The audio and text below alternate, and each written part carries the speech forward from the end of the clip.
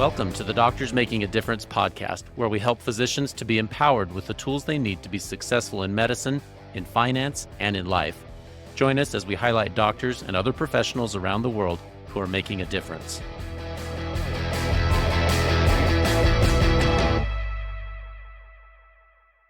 I'm excited to welcome Dr. Suzanne Allen here with us today.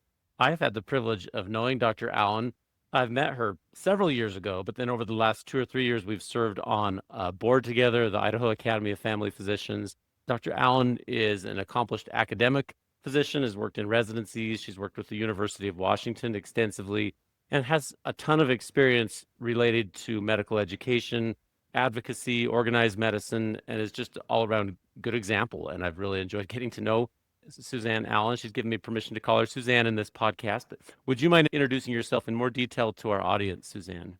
Yeah, thanks for having me this morning. Happy New Year to everyone. I'm super excited to be with you this morning, Peter. So, Suzanne Allen, a family physician. I'm currently the Vice Dean for Academic, Rural, and Regional Affairs at the University of Washington School of Medicine. We have a bit of a unique medical school in that we have a 5-state called WWAMI, Washington, Wyoming, Alaska, Montana, and Idaho, that constitutes our medical school. Students complete their classroom phase of medical school in their home state, and then they travel around the 5-state region to do their clinical training. I've been in my role as Vice Dean since 2015. Prior to that, I was the Vice Dean for Regional Affairs, so really helped with things outside Seattle across the 5-state WWAMI region. Prior to that, I was the Idaho Assistant Clinical Dean, so was responsible for the clinical training that we do for the University of Washington in the state of Idaho. I'm actually from Western Washington. I grew up in Bremerton, which is right across the sound from Seattle. I went to University of Washington as an undergrad, so I am a Husky. And then I went to the East Coast to do a combined MD and PH program at George Washington University. I was fortunate that the Air Force paid for me to go to medical school. So I spent some time in the Air Force. And then when I was getting out of the Air Force, I was at the time teaching in an Air Force residency program in family medicine and decided I wanted to do that for a little while before I went back to public health. That was what I started my career thinking I was going to do. As you see, I took a big detour and I'm just doing medical education now, but I ended up in Boise to teach. At the time, it was called the Family Practice Residency of Idaho, which is where I've been seeing my patients since 1999. I usually take care of patients 1 day a week. I love my clinic days. I love taking care of patients. I love teaching the residents. So to me, I have a wonderful job right now, getting to do some clinical work, but also doing some education, as well as really helping to train the future generation of physicians to take care of all of us in the Northwest. It's exciting and it's interesting to hear the career path because it involved military service, master's degree in public health. It's involved education and research and back to public health. And then, like you say, for the last many years, you've been deeply involved in education. I guess that's somebody listening to this out there is thinking, I want to be like Suzanne Allen. That's an interesting path. I guess maybe one before we get into too much of the other stuff, tell me, what would you tell someone who says, I want to be an academic physician. I want to be involved in residency. I want to be involved in that, because it's not always a clear path. What would you tell someone who's interested in that? Yeah, great question. So I certainly did not start my career thinking I was going into education. And, really we're people who educate our patients, right? So we're all educators at heart is what I like to think, especially in family medicine. Although when I was a resident, I didn't really think about the teaching I was doing of my patients or the teaching I did of junior residents or the teaching I did of medical students. When I finished my residency, which I did at Andrews Air Force Base, which is right outside Washington, D.C., I moved to Ellsworth Air Force Base as my first job in the military. And I realized that I actually missed having the junior residents around to teach and the medical students around to teach. I did finally convince our group of family docs at Ellsworth that it would be good for us to do some teaching. So we actually had medical students from the University of South Dakota Medical School come and spend some time with us, which I really, really enjoyed. So when the opportunity arose for me to go back and teach at the residency program at Andrews Air Force Base, I was like, yeah, I'm going to do that. So I think, first of all, if you're thinking about going into academics, make sure you enjoy teaching. Pay attention when you're a senior student and you're teaching junior students. Pay attention when you're a resident and you're teaching junior residents and students. If you go on and do a fellowship, pay attention to do you enjoy that teaching part of what you're currently doing? And if you don't enjoy it, I'm not sure that an academic career in education would be right for you. There are academic careers that focus much more on research than on academics. I was fortunate when I moved back to teach at the residency program at Andrews Air Force Base that I was also able to do public health work that I had been doing at Ellsworth Air Force Base. The public health part of my job felt much more political to me, that I didn't really enjoy as much as I was enjoying education, which is why I decided to look for a job working at residency programs. And I thought I was just going to do education for 5 years when I got out of the military, Peter. And here I am 30 years later. So I just never quite got back to public health. I will say, if people are interested in teaching in residency programs, we're in a period of time right now in the US where we're expanding the number of medical schools we have. We're also working really hard to expand the number of residency programs we have. You can graduate a medical student from medical school, but they can't practice medicine until they've done some residency education. So I feel like there are a lot of opportunities right now, Peter, for people to go on and teach in residency programs. Another good way to kind of dip your toe into what's it like to teach, if you maybe been out of residency for a while, is to have a student come and work with you, become a preceptor. We need preceptors, certainly for our medical students. We also need people who will allow people interested in going into health careers to come and shadow them to see what's it like to be in the healthcare professions. And then, of course, you can also have a resident come and work with you. As you know, here in Idaho, we really work hard to have our family medicine residents go out and do rural rotations around the state, since we know we need people to go there and work eventually. So we have many physicians in Idaho who host residents who come and work with them in their practices. So I feel like there are a lot of ways for people to kind of dip their toe in a little bit and see what they think with teaching, before making maybe a big career move and saying, I'm going to apply for a job working in a residency program or at a medical school. And if you're not passionate about teaching or education, I'm not sure that academics would be for you. But if you love teaching, it's a great career. I really enjoy what I do. One of the things we talk about on the podcast is trying to leave medicine better than we found it. What you're describing is exactly that, because if you want to have doctors who hopefully have even a better experience than you did as far as the medicine and the ability to have a little bit more work-life balance and understand the system, then you got to interact with them and teach them. And I guess there's no more personal way to do it than to do it one-on-one. I think back some of the preceptors I had, and I still hear their voices in my head when I come across some situation like, always do this, never forget that.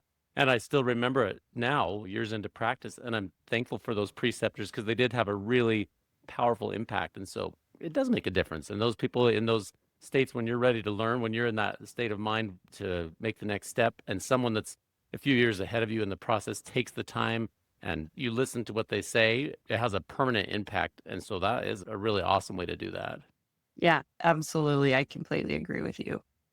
Well, so as far as another one just to kind of hit on is work-life balance. We talk so much, I feel like it's almost overdone, about just burnout, and people spend this a whole bunch of time and energy trying to find a balance between work and family and personal just development, that type of thing.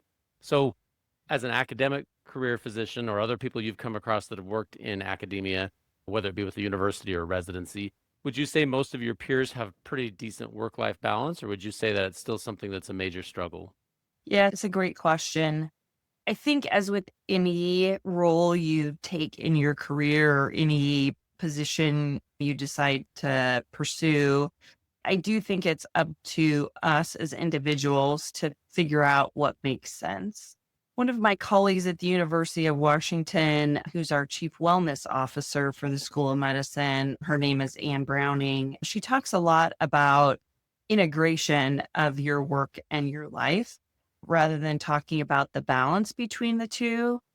Balance can mean different things to different people. So, thinking about how do you make your work life and your personal life mesh or meld together to something that for you brings enjoyment in both parts of your life is maybe a better way to think about it, or at least is the way I've been thinking about it over the last several years, really since the pandemic, I think, Peter, where many of us worked really hard, as you probably remember.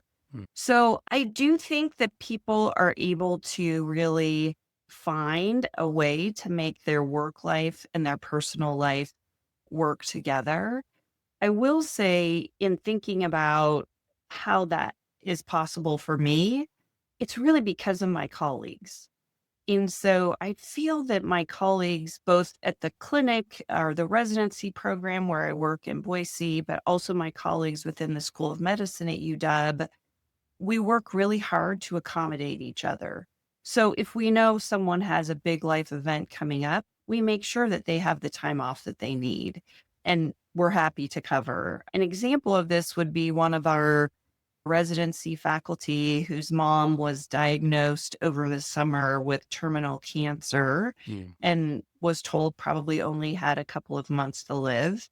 And she said, I need to go be with my mom, which makes complete sense. And so she was gone for 4 months to be with her mom and then to take care of funeral arrangements. And we all covered and happy to do that, really, because that's an important life event. You need to be there for those sorts of things. And for her, that meant a lot that she was able to go and spend the last several months with her mom and be there when her mom passed away. So for things like that, to me, that's how you meld what you do. And it's about the people around you who help make that possible. Yeah. I found the same thing. I like that word integrate. It's all about your peers and what you find important. And I'm a lot more balanced or just integrated if I have time to work on things that I find interesting, or if I have time to exercise or go to some of the events that my kids are involved in, or hang out with my family, or whatever it may be. And some of it is a time factor. But the other part I think is really important, like you hit on with peers, to say, I have a core team and I know I will be there for them when they have troubles, and they'll be there for me. And those have been the happiest times in my career, is when you have that kind of a team. So it sounds like you've developed that in your own career, which is a tremendous blessing. It's a huge blessing. I will say I feel very fortunate that I've been able to work with the people I work with currently. They make it possible for me to do two very busy jobs, one a clinical practice and one, is an administratively heavy role right now. But with help from all of my colleagues, I'm able to do both roles and still enjoy my own family and get to do the things that I want to do in my personal life. That's only possible because of the people around you, I think. Yeah.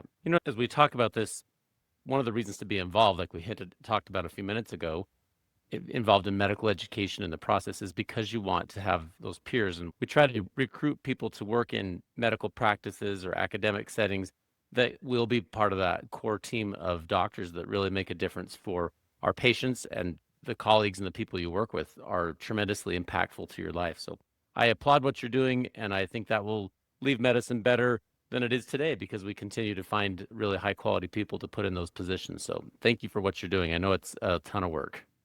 Yeah, well, thank you. And to your point about the people we surround ourselves with, I also think about all the support staff in our clinics who make it possible for us to take care of our patients. And so that's an important part of the team as well, I would say. And that's certainly true within a large academic institution like UW School of Medicine.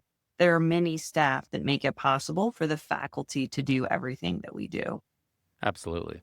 As it pertains to that, I heard you give an excellent talk one time about all the changes coming up with student loans for this year. There's a lot of moving parts on student loans for physicians, other health professionals, and it's quite an interesting thing. It was, for a long time in the United States, one of the ways you've been able to achieve medical education is by being able to have subsidized loans or at least access to loans to be able to take on this important education. I'll just give an example for me.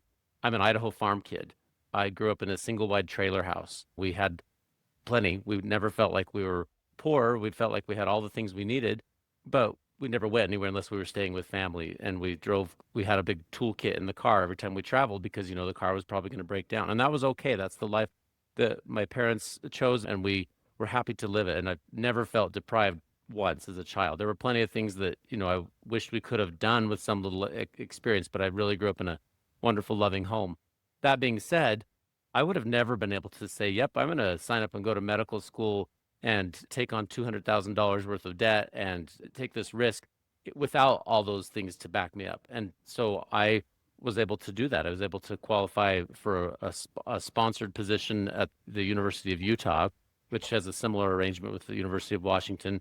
And I qualified for one of those spots, and I was able to pay a tuition that was really similar to in-state tuition for Utah, even though I was an Idaho resident. And that made it so that I could borrow funds sufficient so I could go to school and then eventually go to residency and then return back to my same little hometown where I still work and took the place of the doctor that delivered me. That's my story. But it reflected across thousands of people across the United States of America. There's similar stories all the way through. And the funding of that education becomes one of the crucial pieces to say who enters medicine. If it's only the people that come from $1 million, $10 million net worth households, you will lose out on people who are like me, who grew up in a more rural setting or just grew up in a setting where they didn't have a lot of money. And so I think it's a really important conversation. I'd like to hear more of your thoughts about your experiences. Yeah, absolutely. And I'm probably more similar to you, Peter, in that, I was one of 5 children. My dad worked, my mom stayed home. We only had one car, which of course nowadays people would be like, what? One car? How is that possible? But my dad walked to work every day, and I grew up in a very loving home and never wanted for anything. And education was always very important in our households. None of us ever thought about doing anything other than going to college after high school. And I was fortunate to have a scholarship that paid for my tuition and room and board as long as I went to an in-state university for undergraduate. So I finished undergraduate without any debt, which I was very fortunate to have. In making my decision to go to George Washington University, though, that's a private school. And at the time I started medical school, the tuition was about $20,000 per year, which back in 1988, that was a lot of money for tuition. And moving to Washington, D.C., the cost of living, of course, in D.C. was a lot more than it was on the West Coast, which is why I chose, rather than going into a lot of debt, to have a military scholarship, which paid for my tuition and room and board. Now, I still took out some loans during medical school because the military would not pay for my summer courses to get a master's in public health, which I really wanted to do. And I also needed to have a car in order to do my clinical rotations around the DC area, which I needed to take out a loan in order to be able to have a car. I finished medical school with my MPH. I had about $32,000 in debt, which still felt like a lot to me back in 1992. Things have changed a lot when it comes to federal loans. So HR 1, which has been referred to as the one big beautiful bill by people in the Trump administration that passed back in July of 25, really changed what we think of as the federal loans available to students for undergrad as well as graduate degree programs. When all of this started happening and I was getting a lot of questions from current medical students, it made me go back and do a little bit of research, Peter, just to try to understand a little bit better. How did we get where we are and why are these changes being made? So the idea of federal loans to help with education probably started with the GI Bill. So the GI Bill passed Congress in 1944, right at the end of World War II, with the idea that here we had all of these individuals who had served their country and they were coming back. And what were we going to do for jobs for them, right? Because the country had been running while they were over in Europe and in Asia fighting the war. So they were going to need jobs. So the GI Bill passed to really say, if you served your country, we'll pay for you to go to school. Then in the 1950s, when Russia started the Sputnik program, so the space program, the US thought, oh my gosh, we're behind because our space program wasn't really there. So they started basically a student loan program at that time to fund STEM. This was in the late 50s, I think in 58. You could only be eligible if you were doing STEM type programs or getting those degrees. And then the Higher Education Act of 1965 is really what started the federal loan program as we would think of it today, which basically said, regardless of what you're going into, here are some federal loans to help you. Most of us think of federal loans as just federal loans, but there are subsidized federal loans and unsubsidized federal loans. So subsidized federal loans we think of as Stafford loans. So that means that the government is paying interest on your loan for you. So you're really just paying back the principal of your loan when you get to the point of paying that back. Unsubsidized loans means you're paying the interest as well on the unsubsidized loans. So there's a limit on what you can take out in federal loans. Right now, that limit is $138,500. That's through your undergraduate and graduate degree. What started in the 1990s were PLUS loans were made available for parents to take out educational loans for their children that were basically guaranteed by the federal government. And so this allowed parents to take out really to the cost of attendance. So if you went to a private undergraduate school and then you're going to a graduate degree program like medical school and you reach that limit of the 138,500, your parents could take out additional loans for you. Now those loans, interest was accruing as soon as you took them out. There weren't the deferment programs or forbearance programs, which I can talk about a little bit more in a minute. And then in the 2000s, those PLUS loans became available to independent students, meaning your parents didn't have to take out the loan for you. And that was specifically for graduate students. So in 2000, something called Grad PLUS loans became available. And that allows you to take out up to the cost of attendance.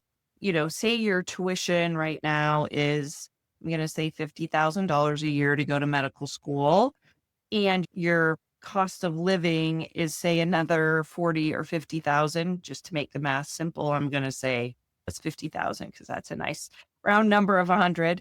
So across medical school, it would cost you about $400,000 to go to medical school. For most students, they're going to get scholarships of some type. They're going to get grants of some type.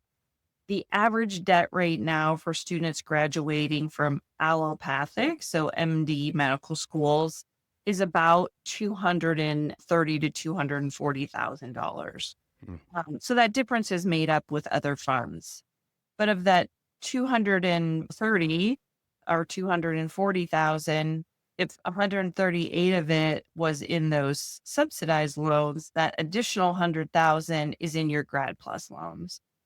So your Grad PLUS loans are actually accruing interest while you're going through school, and that interest gets added onto your principal so that your principal, when you finish medical school, is larger than the actual amount that you borrowed. You can have a 6-month deferment period, meaning when you finish school, you can not pay back for 6 months before you start owing money. And then you're also allowed forbearance. Forbearance means you're doing something else and the lenders are allowing you a period of time before you have to start paying back. Again, interest is accruing. That's true on the unsubsidized and subsidized federal loans as well. For the deferment and forbearance applies to that as well. So for most people who go to medical school, Peter, they finish medical school, they take their 6 months at the beginning of residency, or they go right into forbearance for residency. So during residency, interest is accruing. Some people choose to pay on that interest. Other people don't. But during that forbearance period, again, interest is being added to your principal. And then you start paying your loans back. And right now, I couldn't tell you all the different ways that you can pay your loans back, but it's like 20 different options. There's lots of different payment plans that are available for how people pay back their loans. Most people consolidate their loans. So if you have loans from different lenders, you can put them into one big bundle that makes it easier to manage. That again became available in the 2010s. Prior to that, you had to pay off each lender separately. And usually that allows you to just pick one interest rate because before your loans may have different interest rate. For the most part, it helps you out a little bit to have just one interest rate. And it's usually a set interest rate. So most people will pick 20 or 30 years to pay off their loans. There's no penalty for paying off early. So you have a minimum payment, but if you can add to those payments, you're allowed to do that. So that's kind of where we are today. That was a little history, a little bit of what we have available to us today. So what did the HR1 change? Well, the Grad PLUS loans are going away. That's probably the biggest change, Peter. Just It's completely that, eliminated. yep, Grad PLUS loans are going away. They will not exist. So for your parents, they're going away. They will not exist. That feels like a big change for most people because that's what has allowed us to take out funds up to the cost of attendance beyond what is currently available in subsidized and unsubsidized federal loans. If you're currently a student and you've currently taken out Grad PLUS loans, you will be able to continue taking out Grad PLUS loans after July 1st of 2026, which is when these changes go into effect, up to the length of your attendance. So basically, if you're currently a first year medical student and you have taken out a Grad PLUS loan this year before July 1st, you get 3 more years of taking out Grad PLUS loans. So if it takes you 5 years to finish medical school, which at UW, it takes about a quarter of our students 5 years for a variety of different reasons, that last year, that 5th year, you would not be eligible for a Grad PLUS loan. So it's only the length of the program that's allowable. So that's good for current students, a little bit more challenging for students who are starting in the future since those Grad PLUS loans won't be available. The other thing that's changed is the limits for the subsidized and unsubsidized federal loans. So for graduate programs or graduate students, you get $50,000 per year for the length of your program. So again, for medical school, that would be 4 years. If you go into a 5th year, you may be eligible in that 5th year if you haven't reached your limit of $200,000 yet. If you've reached that limit of $200,000, you're no longer eligible. You also will have a limit for your undergrad, so you can actually take out up to $237,500, with the undergraduate limit Okay. being $37,500. So total across your entire education, that 237,000. Correct. Yeah. Now, most of us think of graduate programs as really being anybody who's in grad school. So, for instance, a physical therapist, an occupational therapist, a respiratory therapist. There are many degrees that require a graduate degree if you're going into a health profession where they have been able to take out these Grad PLUS loans to help with the cost of their attendance. HR1 limits what's considered a graduate degree program to 10 different degrees. So I'm going to look at my list just to make sure I get them all right, Peter. So I don't want to misspeak on any of this. So pharmacy. So if you're getting your PharmD degree, dentistry, veterinary medicine, chiropractic, law, medicine. So the MD degree, optometry, osteopathic medicine. So the DO degree, podiatry, theology, and clinical psychology. So getting a Psych D or a PhD in clinical psychology. So those are the only degree programs that have that $50,000 per year limit. Anyone else in a graduate degree program, it's $20,000. Again, for the course of your education. So for instance, A physical therapist is a 3-year degree, so their limit would be $60,000. A physician assistant is a 2-year program, so it would be $40,000 in subsidized and unsubsidized loans. So that's actually a big change for everyone. And they also have the higher limit with your undergrad degree program that you can add on there. So there's a little bit more flexibility, but compared to what it has been, where you can take out the cost of attendance, there's certainly a significant change for most people who are going into any of the health professions. Certainly those of us who are in medical education. So for MDs and DOs, this is definitely a significant change as well. So I'm going to talk just a little bit about repayment. So as I said, currently with repayment, it's about 20 different programs that are available. And, there are a few that are more common than others. But in HR1, starting this coming July, if you're a new lender, meaning you haven't taken out any loans yet, you're only going to have 2 options for repayment.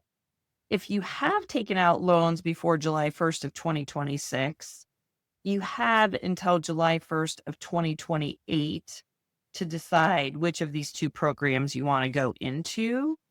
So this is also going to radically change how people think about their loans, is what I would say. The 2 repayment options are standard, and the other one is the repayment assistance program, or RAP.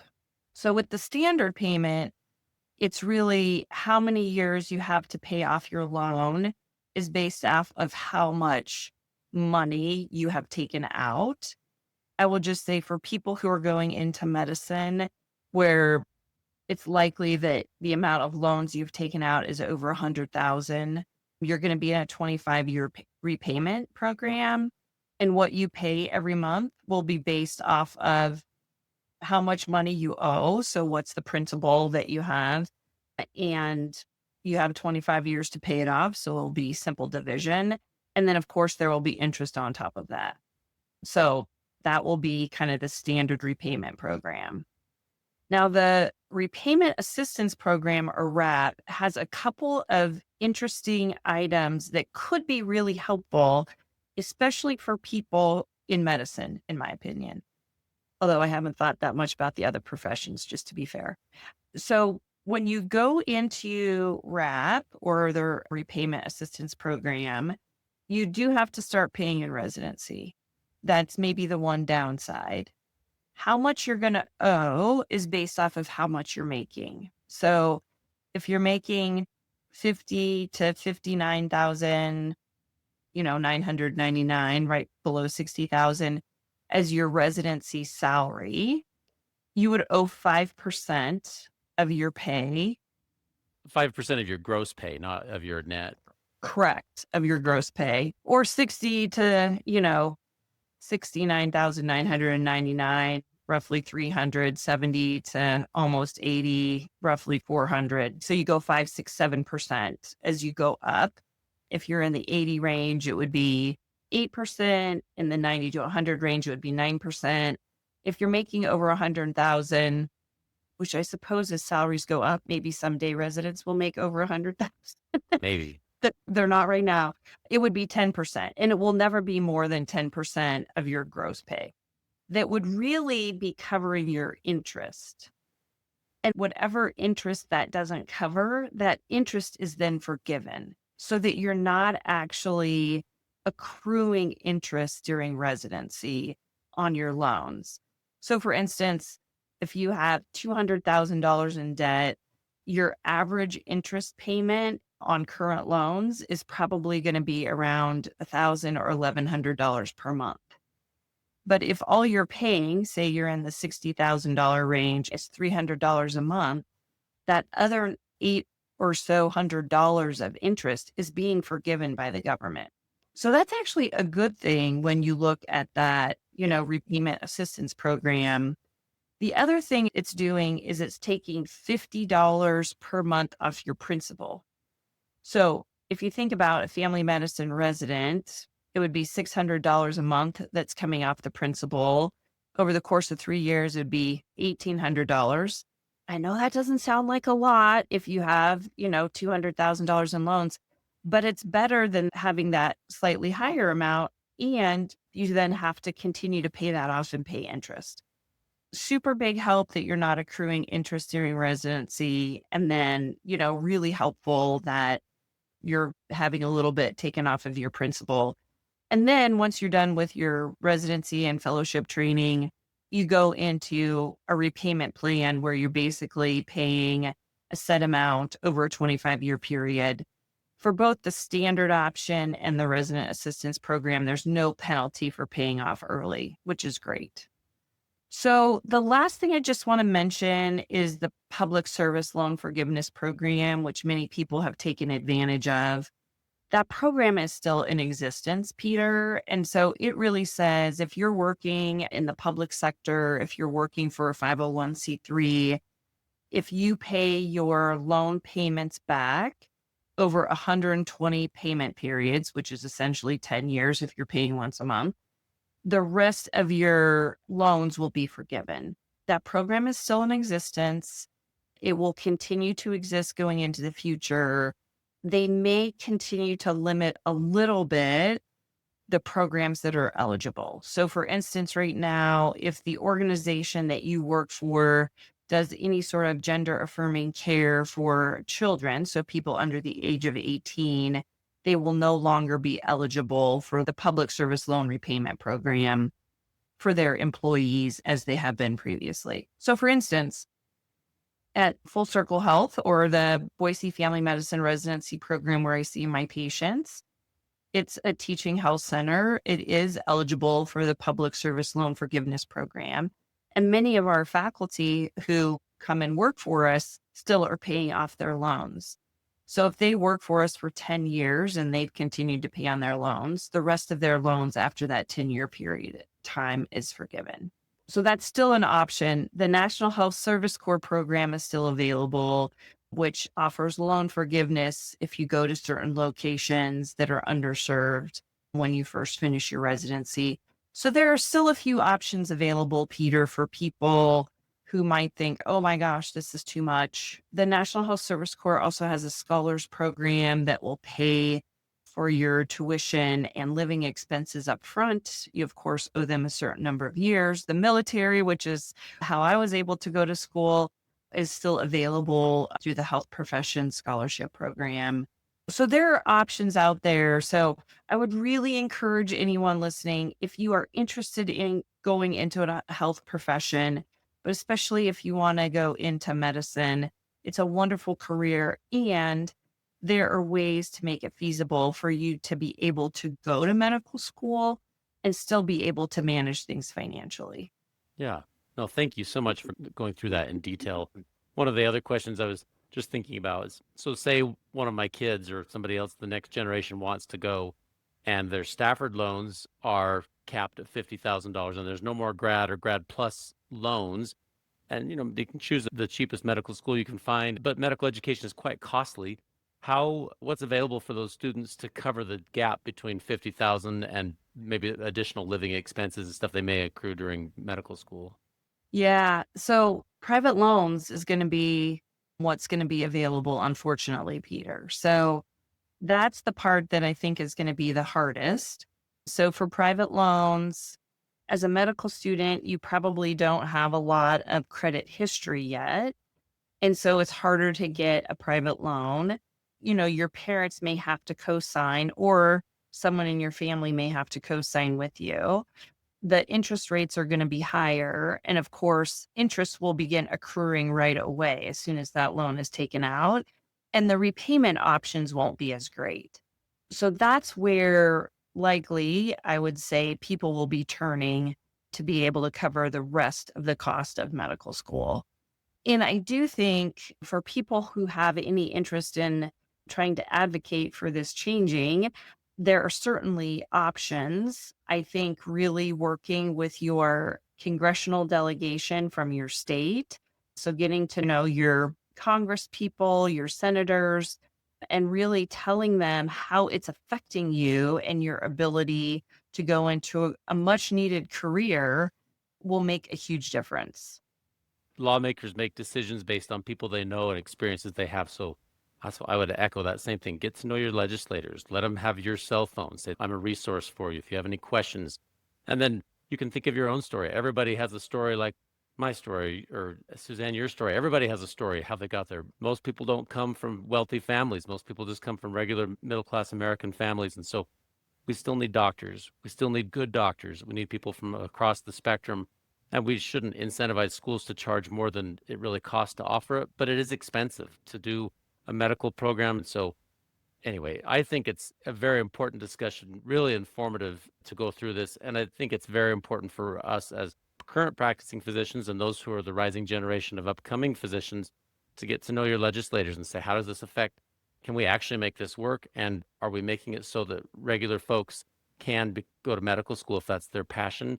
Or have we made so many barriers that they aren't? And there's got to be a middle ground here where we make sure that we make our medical system robust for the future. And this has been such an important conversation, Suzanne. I just can't thank you enough for taking the time to do it. Thank you so much. Oh, yes, I am happy to talk about what can you do to be able to go to medical school. I know that there are so many people out there who would be wonderful physicians. So decreasing those barriers, I think, is important. And, Peter, if people have other questions for me, I am happy to try to answer them. So probably the best way to find me would be through LinkedIn. Okay. I'll put that in the show notes along with your bio and some information, but link to your LinkedIn profile. That's an excellent way to do that. And if people have questions for Dr. Allen, for Suzanne, get a hold of her or email me directly and I'll try to route you to the right place. Let's just make sure that we continue to make medical education and medicine and physicians better for the next generation. I think it takes all of us to continue to do that work. So again, thank you for taking the time. I really appreciate it. Yep. Thank you, Peter. It's been a pleasure. Thanks for tuning into the Doctors Making a Difference podcast. And thank you for what you do to help your patients and your community. Your work truly helps so many people. We produce this content to help you have the tools you need to stay in medicine and to highlight the amazing work being done by physicians around the world. Please note that while I am a physician, and many of the guests on this program are also physicians or other professionals, the discussions on this podcast do not represent my employer or any professional organizations to which I belong. This podcast is for your information and entertainment only, and should not be taken as professional advice. You should seek appropriate professional advice pertaining to your own situation. Please check out more of our content on our website, doctorsmakingadifference.com. Also, please follow, like, or subscribe on your podcast player or YouTube channel and give us a 5-star rating. It really helps to spread the message. Finally, if you'd like to be a guest on the podcast, or if you'd like to nominate someone else to be a guest, please visit the website or email admin@doctorsmakingadifference.com. See you next time.